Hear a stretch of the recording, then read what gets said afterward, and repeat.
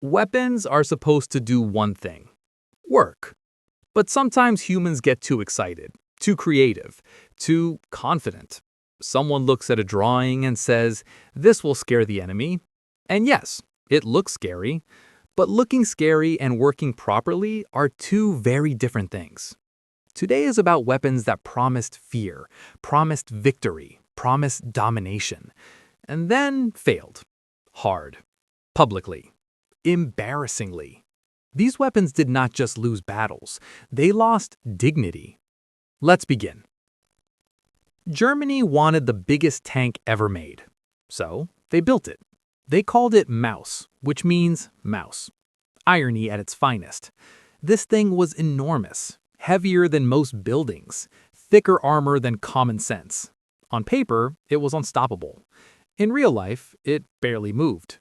Bridges collapsed under its weight, roads cracked, engines cried. It was so heavy that if it got stuck, the war stopped around it. It could not cross rivers, so engineers planned for it to drive under rivers. Yes, under. Connected to another tank with a cable, like a very angry underwater vacuum cleaner.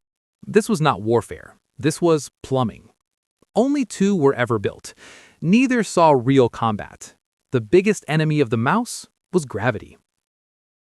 Germany also built rockets, very advanced rockets.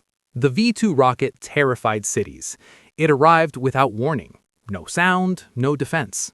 That part worked. The problem? Accuracy. The rocket did not care where it landed. Military base, city, field, random village. It was a surprise for everyone, including the people who launched it. It was incredibly expensive, took massive effort to build, used rare materials, and hit approximately nothing important. More people died making the rocket than from the rocket itself. A technological miracle. A military disappointment. History's first space-age weapon used as a very loud lottery ticket. Jet fighters were revolutionary. Germany had them early. The Me-163 Comet was terrifying, faster than anything in the sky. Practically a missile with a pilot. The enemy feared it. Pilots admired it. Then came the landing. The plane had no landing gear. None. It landed on a skid, like a drunk sled. Fuel leaked constantly. Highly explosive fuel. Hard landings caused fires. Soft landings caused fires. Standing still caused fires. The plane was more dangerous to its pilot than to the enemy. Many pilots died without ever being shot at. The Comet proved something important. Speed is useless if you explode while parking. Bigger guns mean more power. At least that was the idea. Battleships mounted massive cannons. Ridiculous cannons. One gun fired shells heavier than cars. The problem? Recoil. When fired, the gun shook the entire ship. Equipment broke, electronics failed, crew members fell over. Sometimes the blast damaged the ship itself. Imagine punching so hard you knock yourself out. That was this weapon. It looked terrifying, sounded terrifying, and scared the enemy. But it also scared the engineers, because every shot was a gamble. Power fire without control is just expensive noise. Someone once thought, what if we add rockets to a car? This was not a cartoon. This was real. The rocket-powered interceptor was meant to chase enemy bombers. It accelerated instantly. Blinding speed. Heart-stopping acceleration. Then came the problem. Stopping. Brakes were optional.